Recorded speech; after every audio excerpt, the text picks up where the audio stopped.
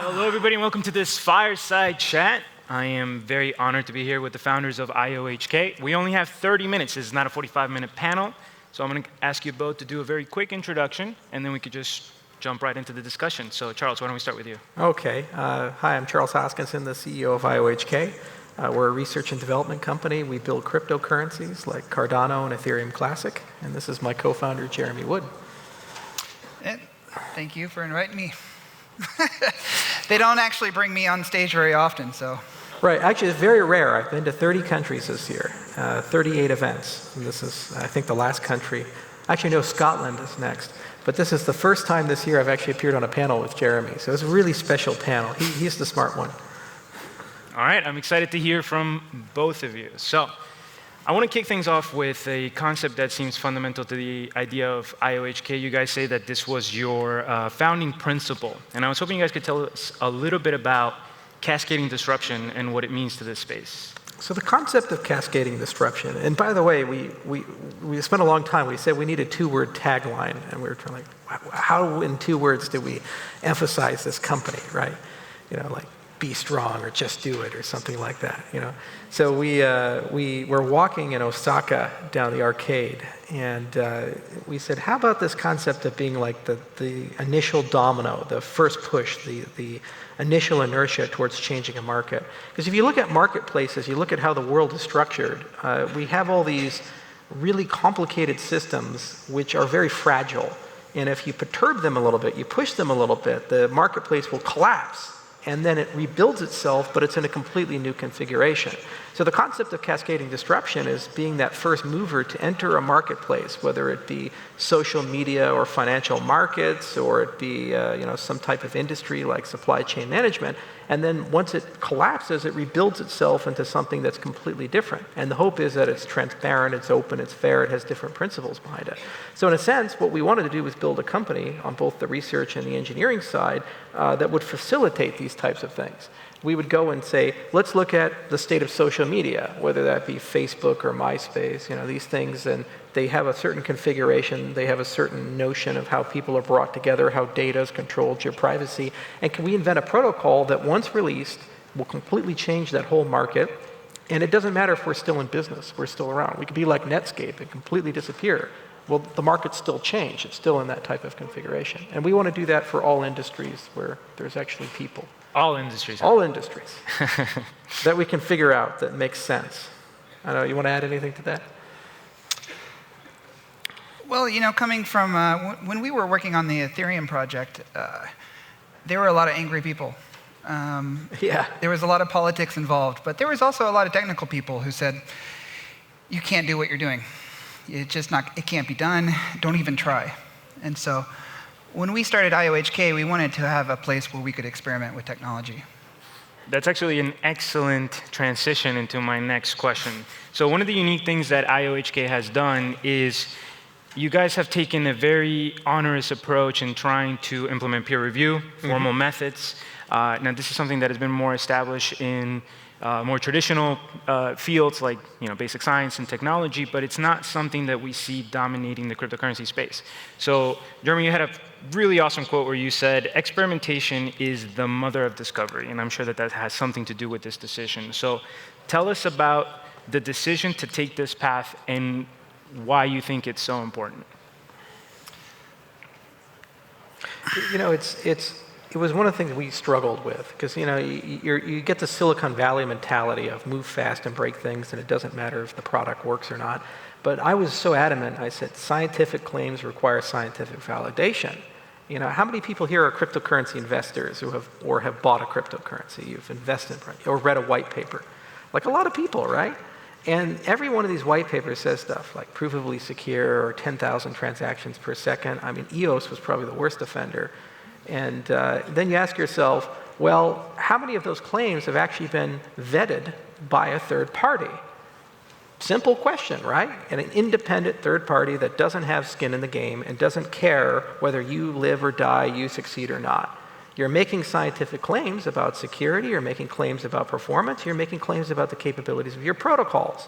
Protocol development has been a bedrock of computer science for more than 5 decades. It predates us by a long time, and these people don't give a crap about our industry. So you'd figure if you're making a scientific claim that you would just say, all right, well, let's just submit the paper to a conference, and if they accept it, I go there, talk to the scientists. I, as an investor, have a data point that maybe there's some merit behind what people are saying about their protocol. Real simple, right?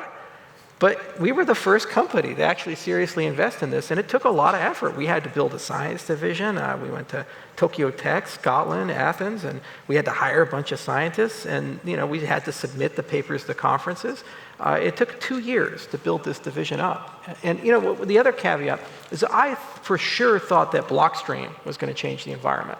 I said, this is a company led by a proper cryptographer. He's the guy who invented proof of work. Adam Back. And they have all these top guys. Many of them have PhDs. They have $76 million in funding. They're sitting in the heart of Silicon Valley. You'd figure that these guys would champion this whole science-first, peer-reviewed methodology, but they just never did it. So we accidentally became like the first firm to really push that, and now we see a lot of imitation. There's Algorand and Thunderella and things like Avalanche, and there's now this whole new wave of academically validated, peer-reviewed scientific research turning into cryptocurrencies.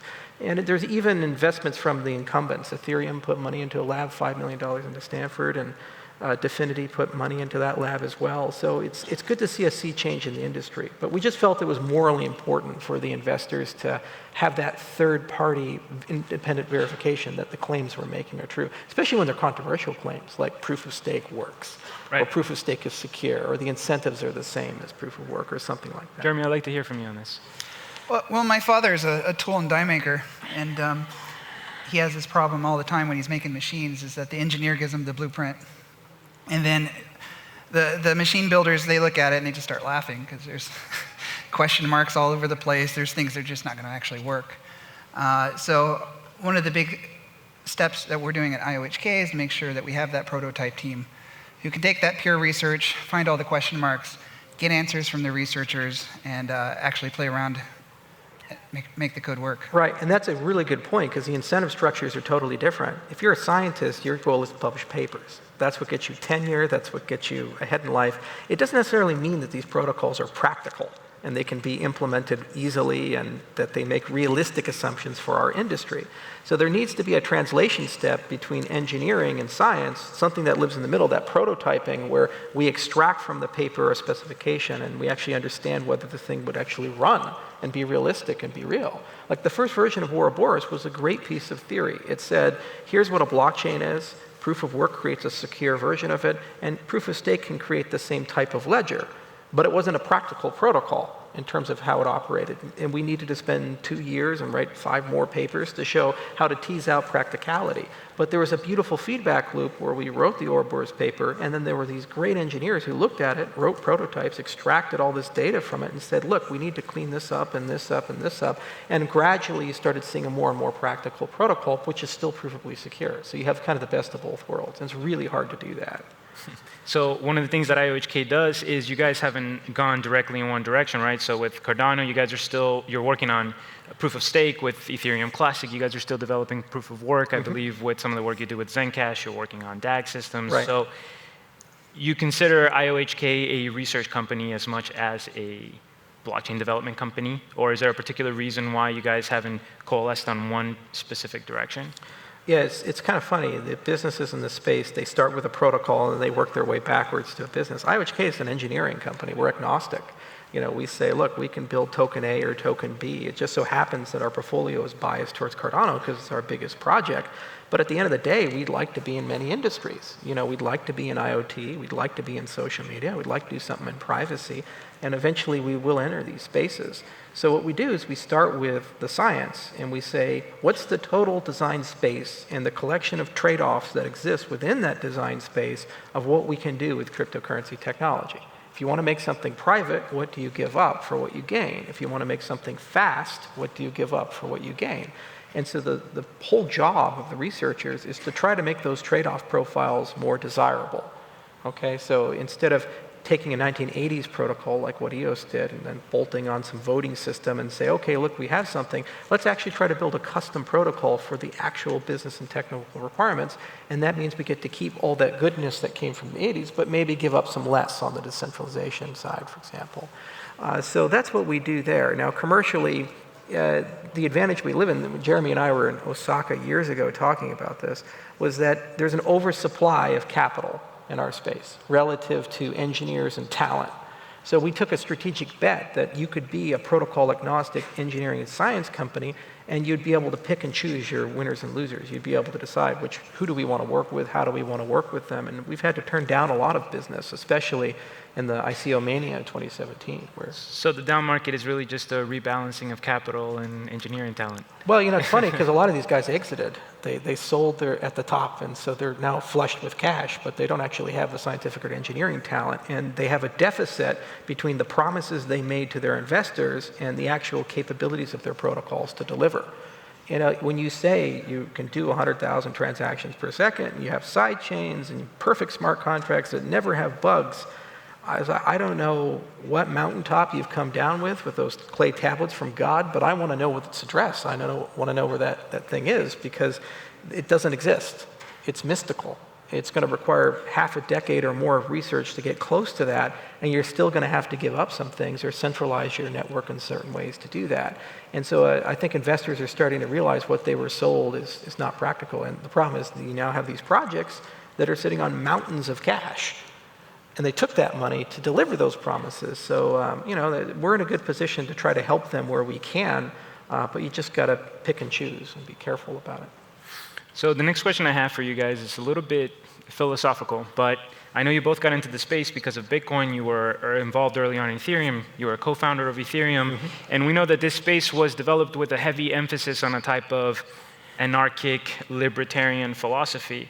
IOHK specifically considers its mission as building blockchains for universities, governments, institutions. So I think as the space matures, we're realizing that those initial philosophies of what cryptocurrency could be doesn't necessarily completely merge with the reality of having major institutions take on this space. So I guess my question for both of you, as people who got involved in this space for these philosophical reasons and now working on the practical side of that, is how do you see this playing out and actually,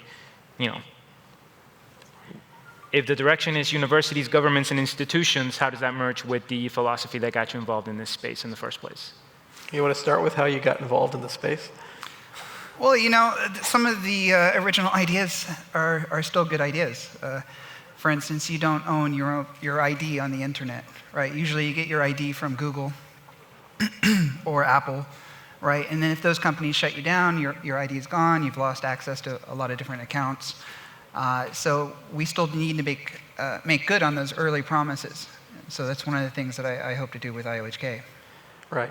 And, in terms of the conflict, we recognize it as well, and we realize that we're kind of two companies in one. Within those two companies, we're like four companies.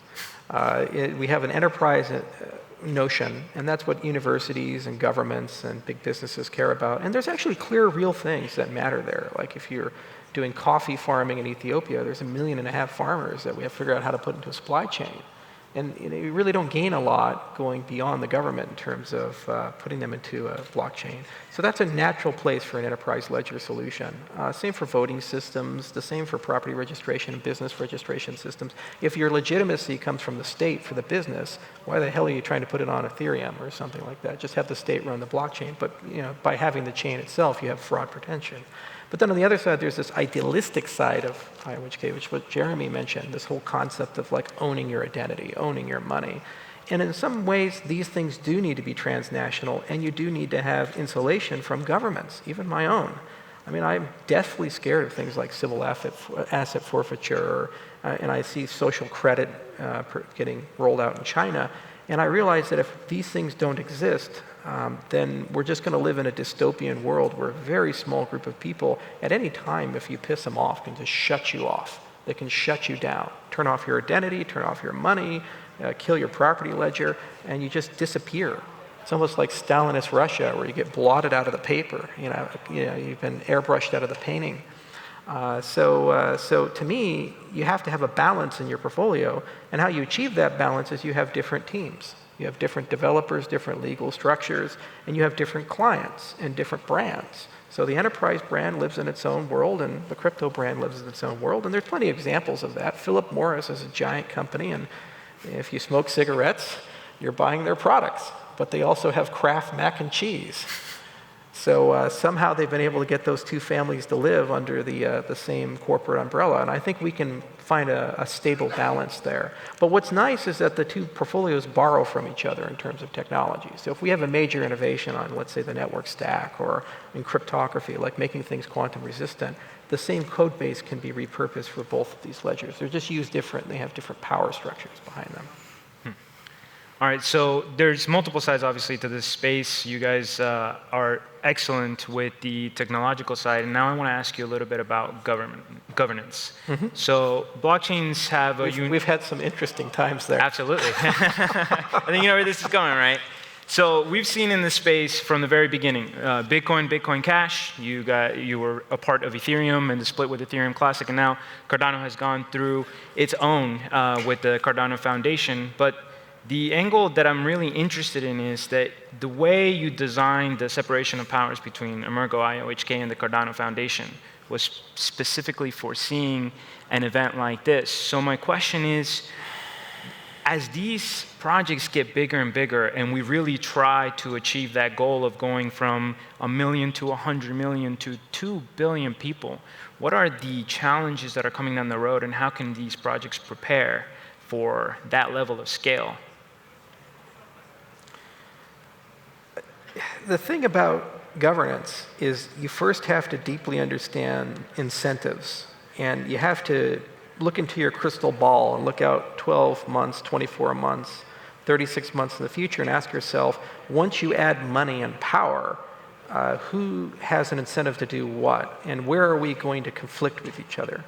In Ethereum, one of the things we did really wrong is that, in the beginning, everybody was friends because we had no money and power and no one took us seriously. In fact, Mo wouldn't even give us a prominent speaking role at the Miami Bitcoin conference. We were kind of banished to a tier 3 room and nobody took us seriously, and now Ethereum's like a big thing, right?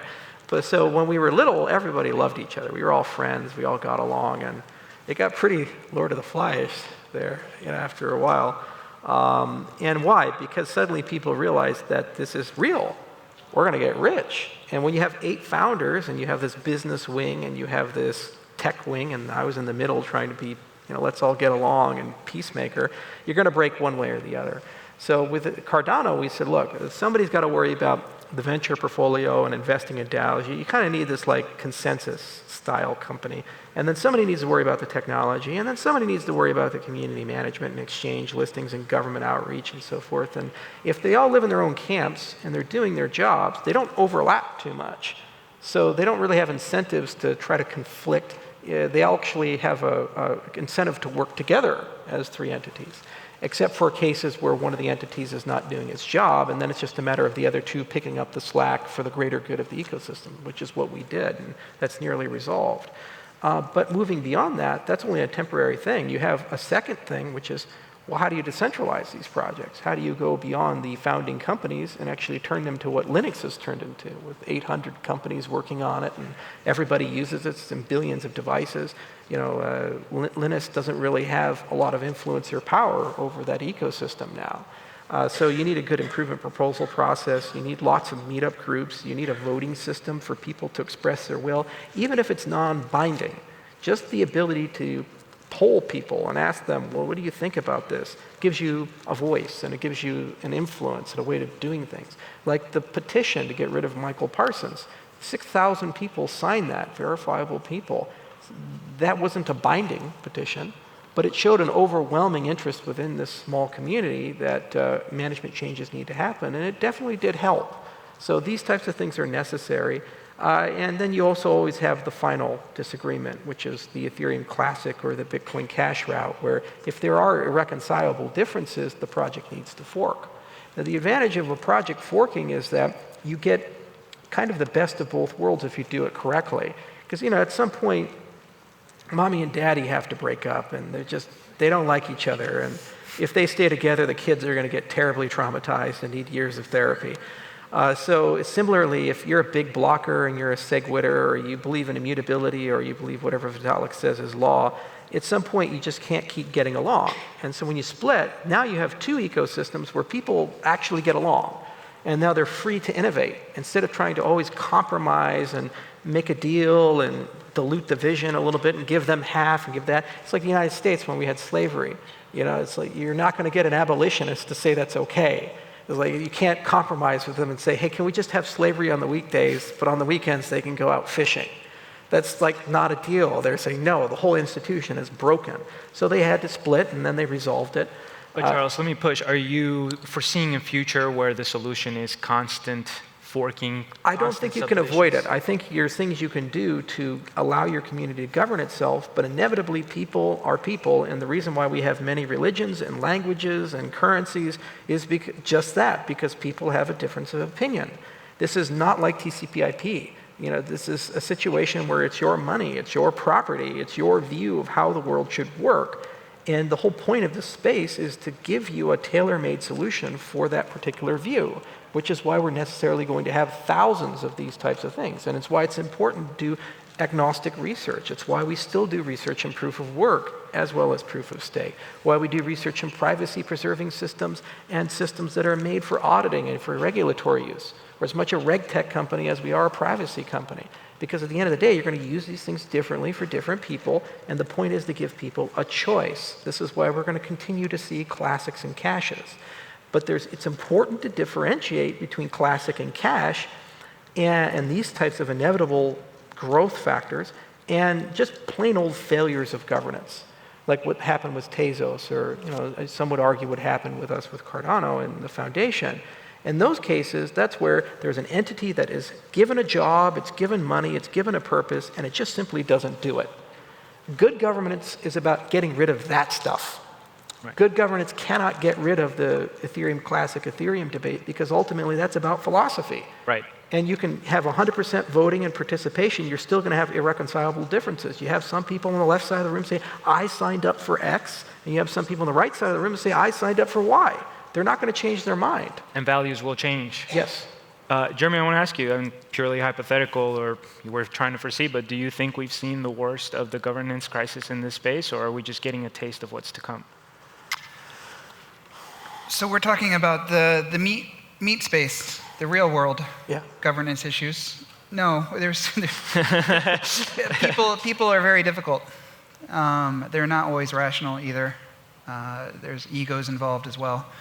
One of the great hopes about moving governance to the blockchain is that you can get a lot more transparency around actions. So, but that also is going to be an experiment in the first years.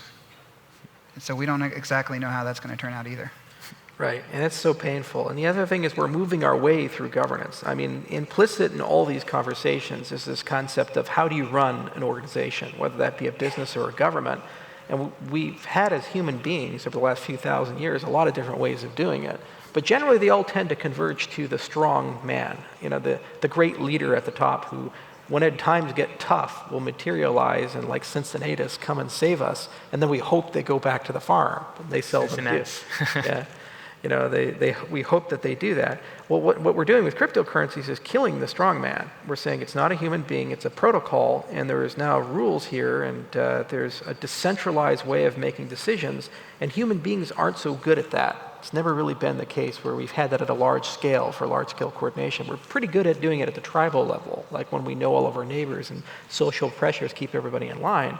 But doing that in the scale of millions to billions is a new thing. And that's what cryptocurrencies are forcing the world to contend with, are these objects which are transhuman, and they don't have an ethnicity or a culture or a language behind them. And yet somehow we make decisions for the good of that ecosystem when everybody else has special interests. Right, and what's nice is that the failures are public. That's what Jeremy was saying. We've never had that either. When they fail, we see these caches and these classics and these Tezos style things, but they're in the public.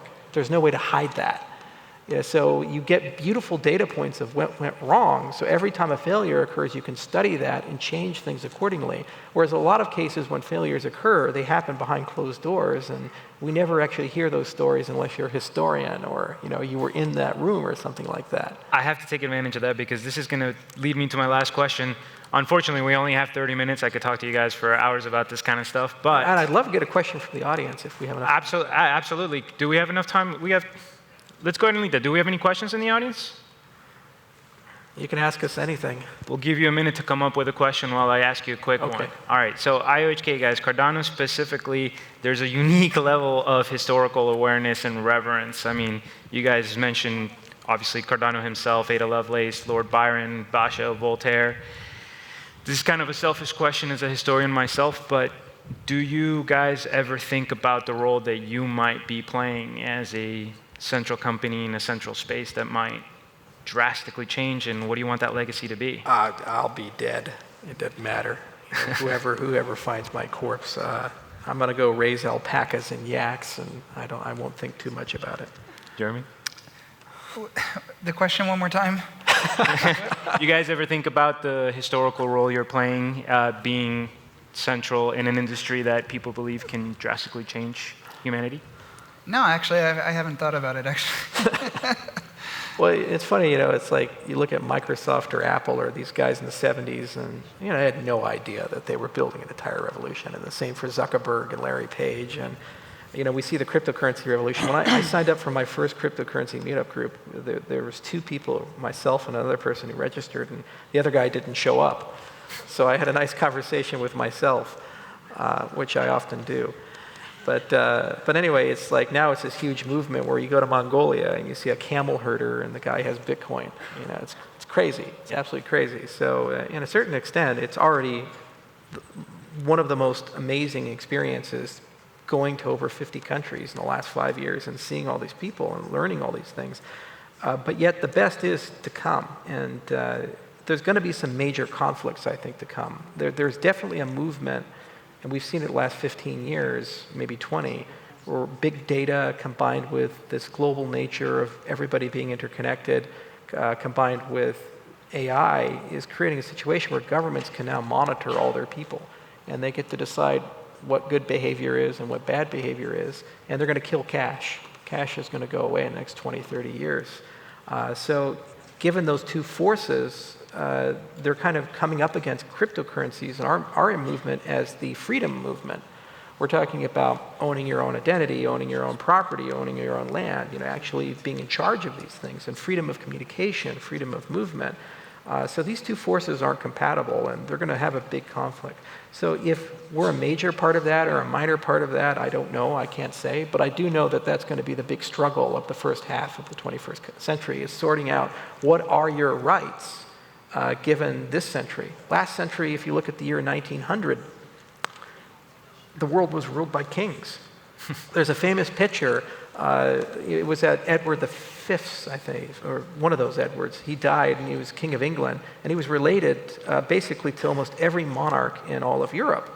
So at his funeral, I believe it was 1912, they had all these kings here. And if you look at the picture, half of the world was ruled by these people. They had half of the world's money, half of the world's armies. And within just 8 years, at the end of World War I, almost all of them had been deposed and wiped out, and the whole world had a new structure. And then throughout the whole 20th century, we had to decide, what is this world going to look like? Is it going to be communism or democracy? And there's going to be free markets or controlled markets. And now we're entering the 21st century, and we're having that conversation all over again. Cascading disruption again. Exactly. What is the world going to look like? And you can make arguments, maybe it would look better or run better under a Chinese-style government. Or maybe it'd look better, run better under a free democracy, free market-style thing. You also have environmental questions of, is what we're doing sustainable over the next 100 or 200 years? So as we try to answer those questions, what we build are a collection of neutral tools. They can be used in a tyrannical way or in a free way. What we do is we build those tools, we put them into the open domain, and we give them to the world to decide how to use them and how to configure them. I think that's going to be the real story. So we are technically over time. I want to give one more chance. Karim, we've got a couple of questions here as well. Perfect. We'll just take them. Just take a couple of ones. You already answered in some way my question, but you have such kind of a prophetic, idealistic approach to the system from the beginning on. And when you go onto the market, into the ecosystem right now, how do you think your ideals are reflected in the system? I mean, are we going into the right direction? Are we converging in the right direction? Well, it's funny because the cryptocurrency space proved the need for the cryptocurrency space. And what I mean by that is the minute that we got a little bit of money and power as an industry, what the hell did we do? We created ICO mania, and no one really gave a crap. Guys, I was disgusted in 2017 and most of this year when I saw things like BitConnect, and I talked to exchanges that listed it, and they would tell me, oh yeah, we know it's a scam, we know it's a Ponzi scheme, but we're getting great fees on this. And so it really tells you that human beings are people. And they're not going to suddenly change because they're all idealistic. Oh, we're all good faith and we're going to be nice people. No. The minute they get wealth and power, we all get corrupted and we become horrible and we're terrible. There are no exceptions. So the whole point of having protocols run things is they're dispassionate. They don't give a shit. It's like gravity. There's been at least one mountain climber who's wished that the laws of gravity doesn't apply to him, usually as he's falling to his death. And similarly, markets are the same way. If you have stable rules, what that means is there's going to be losers for winners. And there's going to be at least one grandmother or at least one kid or at least one good, honest, nice person who gets screwed and loses out, loses everything. But you say, look, for the sake of stability, for the sake of this marketplace being fair for everyone, we have to accept the winners with the losers. But we as human beings don't like that. We like all the benefits, we like all the upside, but the minute the losses come, we want to get rid of them and change everything and make exceptions and bailouts and special cases. So this is kind of a new thing of creating an artificial laws of physics and applying it to an industry as a whole. And what our industry is doing is just reinventing all the agency failures that we've seen in the historical financial markets. I mean, if you look at the Knickerbocker crisis in 1908, it's the same situation we had right now, where everybody was on each other's boards, rampant insider trading, tons of interconnected companies. A certain privileged group of people got first access to the information, traded on it, made fortunes on it, and the retail investors got screwed. And it got so bad it bankrupted the United States, and J.P. Morgan had to bail everybody out. So we're just reinventing what happened at the turn of the 19th and 20th century, and we're doing it with a modern flair and modern terminology. But human nature hasn't changed. The difference is this technology now allows us to examine those failures and turn them into protocols so that they can't happen again, and it doesn't require trusted regulators or trusted good moral people. Was that Mark Twain quote, history doesn't repeat itself, but it sure rhymes? Yeah, exactly. And George Lucas said the same thing, right? Do we have another question in the audience? Oh, right here. Sorry, okay. Hey, thanks very much for the talk. I'm Quincy from Revision Germany, Berlin.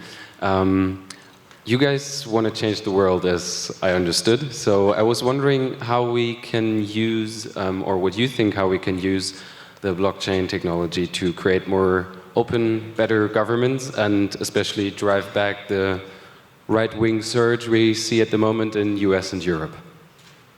Well, I mean, you have right and left-wing surges, and if you push too far in one direction, you have a counterbalance in the other direction. You have to understand that people aren't used to being in this hyper-connected, hyper-global community. Historically, humans have lived in silos, and then there's been these connection points between the silos, and those are the people that tend to control everything. Then the internet comes out, and we were not prepared for that. We broke all the silos up and said, okay, suddenly somebody in Zimbabwe can have the same access to information as a person living in New York City or the Emperor of Japan. It's pretty crazy if you think about these things, right? So people started moving around, ideas started moving around, and what you're seeing is the natural, predictable human friction. So we got a bit too globalistic, and now there's a right-wing movement to try to push us back into a more nationalistic movement, and it'll settle down. So I don't try to take political sides and say one is right or the other is wrong. What we try to do as a company is we worry about the protocols, and we worry about the science, and we worry about the capabilities. Like, for example, is it possible to vote anonymously but know that your vote's been counted correctly, and to do this at a very low cost and not have to have a paper ballot and do it online?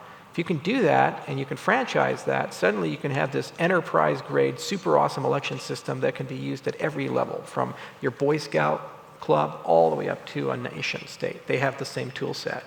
And to do that in an open source way and build that tool, it's a remarkable thing if you really think about that. Another thing is we have this huge issue in academia right now. Identity politics have caused huge problems where people feel they're being censored and they can't really speak up. Like these two academics decided to publish a bunch of fake papers just to see if, what the publication standards are behind feminist theory. And they wrote 20 papers in 1 year, and 8 of them got accepted for publication. One of which, they took Mein Kampf, Hitler's book, and they just replaced the Jewish race with white men, and they actually got published. So that privately, all these academics came up to them and said, we love what you're doing, it's great work, thank you so much. And I said, can you publicly support us? And they say, oh no, it's career suicide. So you have to ask yourself whether, whatever side you live in that movement, is it a legitimate thing to have people live in fear of expressing their opinions and expressing their beliefs, especially when their beliefs are somewhat legitimate, we would argue. So it would be really nice if you had systems where people anonymously, but you could verify that they are a member of a set, like a university faculty, could actually demonstrate that 80, 90, 95% of the people working at an organization happen to believe the CEO is a bad guy, or happen to believe that one particular philosophy is causing a lot of issues. But they're afraid individually to speak up because they get brutally attacked or ostracized and so forth. So in a certain respect, I think that's our role as a company, is not to take sides, but rather to say there are all kinds of things that are happening as a consequence of globalism, as a consequence of these markets the way they are. And what we can do is build tools to allow everybody in this room to navigate those things, whatever they happen to be, whatever political philosophy they happen to have, and navigate them in a way where they can express their opinion and their will without fear of reprisal. They have economic freedom, freedom of speech, freedom of religion, whatever that might be. It's the same for journalism. There's all these atrocities and horrors that are occurring in Africa, the Middle East, Southeast Asia, South America, and nobody wants to talk about them. We know about them, we see them, people feel them, people die, they get oppressed, but they can't talk about it because they're afraid if they do, there'll be the one guy who does, and as a result, they get a bullet in the head. But the same technology that allows that professor to say maybe it's a bad deal there would allow a journalist in Iran to talk about the persecution of gays, or allow somebody in Congo to talk about that, or somebody in Venezuela to talk about government corruption, for example. You see? And that's our role, is to build those tools, make them open, give them to the world, and then once you have them, you get to decide what you want to do with them. Charles, I'd like to very quickly, before we take the next question, kind of expand on your question and take it to Jeremy, rather than just from the side of, decrease the right-wing search or the left-wing search, and playing off what you're saying, Charles, do you believe that this technology can play a role in reducing extremism and the polarization of society by increasing trust in institutions? Well, I'll give you a recent example, is that I was reading reviews on schools for my children online, and some people were really angry at the school. I have no idea who those people are, but they influenced me. Suddenly now I don't trust the school. I'm like, well, should I send my kids here? But who are these people? I don't know. It would have been really nice if there was a way for people to prove membership, but also be able to say what they want. That way I know, these people are legit, they did go to the school, and their opinion reflects the school. Right. And just think about the power of that kind of an attack. These schools aren't big entities. A lot of people are small, medium-sized business owners. And for just maybe a few $100s of social engineering, you can destroy a vendor's online reputation, whether it be an Amazon product or a school review, and then suddenly Jeremy doesn't want to go there. Or create one from scratch. Exactly. Next question. But this is the last question as well, then we're going to break for lunch. My name is Eric Mom with CoinMarketCap. I am the community manager. And I had a question regarding community building. And part of the main initiatives that we have, besides providing data to the cryptosphere, what are your thoughts basically on building communities for protocols and different projects, or a company like us? Well, first, thank you for all your work at CoinMarketCap. I think it's a website I go to on a daily basis, and most of us do. And it's really amazing how something so simple can be so powerful. I think the most powerful thing you can do is look at key leader profiling and key leader engagement. So with all communities, you have a philosophy, you have a kind of a raison d'etre. There's a reason to exist. There's a purpose. And what you need to do is identify surrogates, people who are bigger than your average bear. People actually care more than the normal person. And what's nice about this space is that people tend to hire themselves. Some of the best employees I've ever had, some of the best people I've ever worked with, I didn't call them up and say, hey, can you work for me? Or, I didn't go and just go to a recruiter and, say, go find someone. They had a podcast. They had a blog. They were doing things. Look at Emergo with Sebastian, one of their best guys, if not the best guy on their team. And how did they find him? He was creating podcasts. He was creating YouTube videos going over the weekly reports and the source code as we were making it. Now, no one told him to do that. He just started doing it of his own free will. We recently set up a podcast for Cardano. It's called The Cardano Effect. Rick and Philip, where did they come from? They were doing their own videos about Cardano. So finding those people, those key leaders, profiling them, and then going and engaging them and giving them the resources they need to just keep doing what they're already doing, then once you've done that, you can build a movement around those people. And those people can eventually become major surrogates. That was one of the keys to success with Ethereum. We had a meetup group strategy. We had 50 meetup groups on 5 continents in under 6 months. And that was one of the reasons why Ethereum had the largest ICO. It was one of the reasons why Ethereum had the fastest community building, and Consensus doubled down on that. And they really helped construct a good ecosystem. Another thing is, if you have a really strong, compelling philosophy, you're probably not the only player in that space, and you're probably not the first person to come up with that. The cryptocurrency space is the spiritual successor of the cypherpunk movement, and it's a spiritual successor of things like the Ron Paul movement, where people were talking about sound money, which in itself came from Ludwig von Mises and Murray Rothbard and Hayek, like 100 years of Austrian economic history there. So what's the natural growth pattern? Just go talk to those people who have existed before you and interface with those people, and then suddenly you'll wake up and you have 500,000, 1 million people that are there to go. Transparency is the other thing too. I do a lot of AMAs. I don't have to, but I do them, and it's important because people want to be able to ask you questions. So just being able to face your customer and face your community, and especially when times are hard. It's easy to be popular when times are good. 8 is $1. There's Jesus Charles that appears, and everybody loves me, right? But 8 is 4 cents. I get death threats. I actually do. But you have to face your community. You have to talk to people, and having the courage to do that, answer hard questions, and share in that mutual misery in some cases is what gets you through and allows you to survive and grow. So just to clarify, Charles thinks podcasters are an untapped pool of talent. And actually, they reach a lot of people too. If you look at the intellectual dark web, it's more popular than most television shows. They get millions and millions of views and have engaged views. When you're talking about a television show, and maybe you have 3 or 4 minutes of actual focused engagement over an hour. You look at like the Joe Rogan Experience, they're talking for 3.5 hours. People actually listen to that for all 3.5 hours and be engaged, and then go to Reddit and talk about it, and then make YouTube videos commenting on it. You don't get that kind of engagement from Fox News or CNN or from CBS. All right. I think that's going to do it. Thank you guys so much for joining us. Thank you guys. Thank you very much.